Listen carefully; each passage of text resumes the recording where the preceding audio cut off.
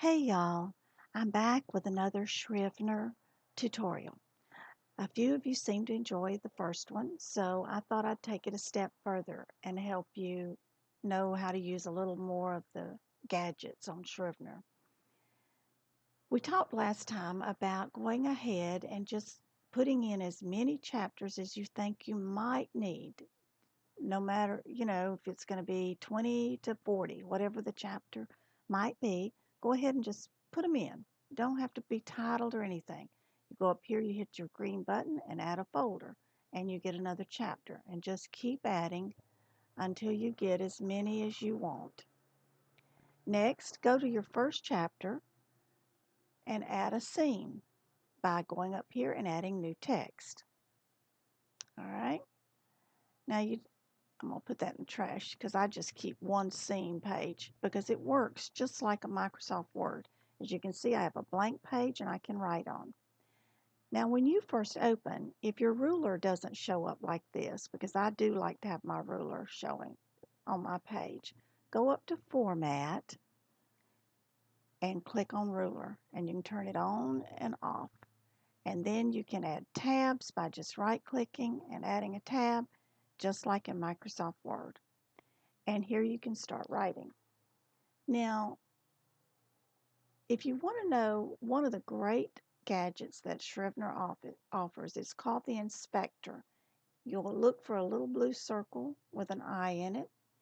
It should be whether you're on a Mac or in a word processor, it doesn't matter. Go ahead and click on that, and up pops this Inspector. And you'll see you can add your synopsis, you can add notes about your document, but this is what is so cool. It's called metadata. Now, how do you get that metadata? You go up here and you click on this little tag that looks like a sales tag. Click on that, and up shows custom metadata.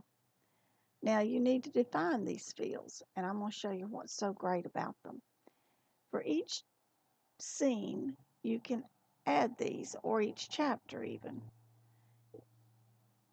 So you go up here and you're on this scene. Where's that scene happening? We need to remember. I don't know about you, but sometimes I get off on tangents and forget where I'm at. So click on your little setting wheel, edit custom, and it'll show up with labels, status, but this is the one you want, the custom metadata. We're going to add day, time. I want it to wrap, and I want to make it this color. Then I want another setting or location. Wrap the text, give it a color so I can see it at a glance. I'll make it purple. I'm going to add another one. Scene goal.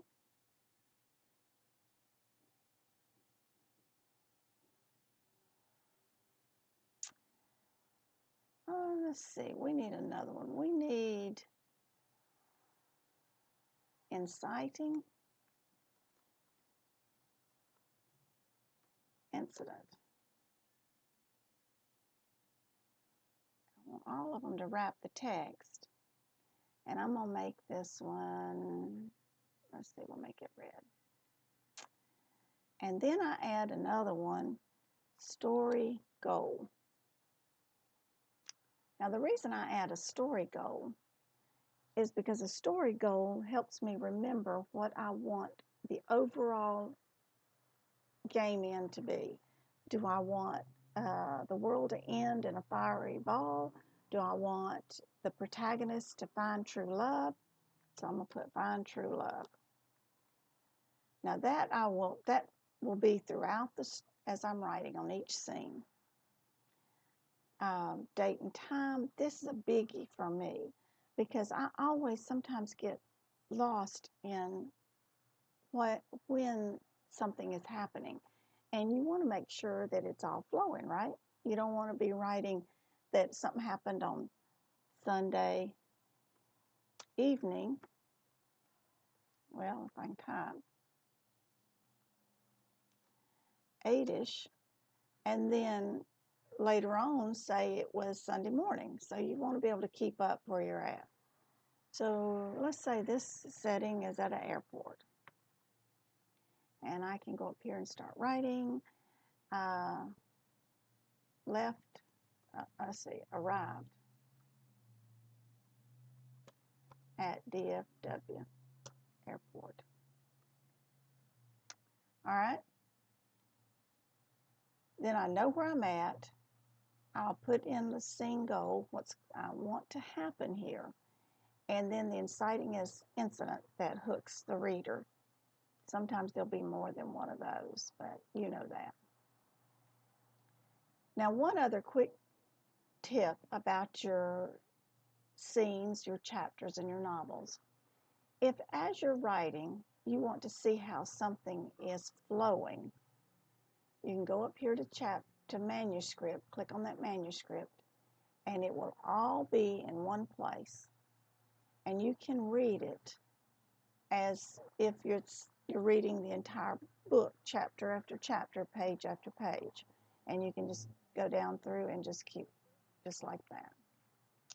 One other quick tip that I like to use is, have you ever just gotten an idea for something you want to happen to your characters, but you're not quite sure where it's going to happen at? When I get an inspiration like that, I will just go somewhere in the middle of my chapters, click on it, I'm going to say, maybe something happens at the park. All right? I go and I just type park. Then I go up here, I add me a scene, and I can type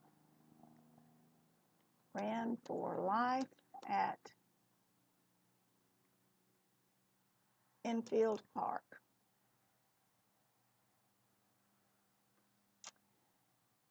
And start typing my scene that I got in the middle of the night or the middle of the afternoon or whatever. Then get back to my book. And as I'm writing, I'll go, oh, that's where that happened at the park. And I can slide that up under chapter 3, and that'll become chapter 4. Or I can move it down toward the end and fit it in wherever so that it flows to where I want it to be. So that's another cool thing about Scrivener. I hope all this helped a little bit. Let me know if it did, what you think about using the inspector. Is it something you will use or won't? Quite honestly, I did not think I would use it. And when I first started writing with Scrivener, I didn't. But now I'm hooked. I use it every time I open up Scrivener. There's always something that I want to put in there to remind me where I'm at in my story and what I'm doing. Okay, guys, I hope that helped. Let me know. Until next time, bye.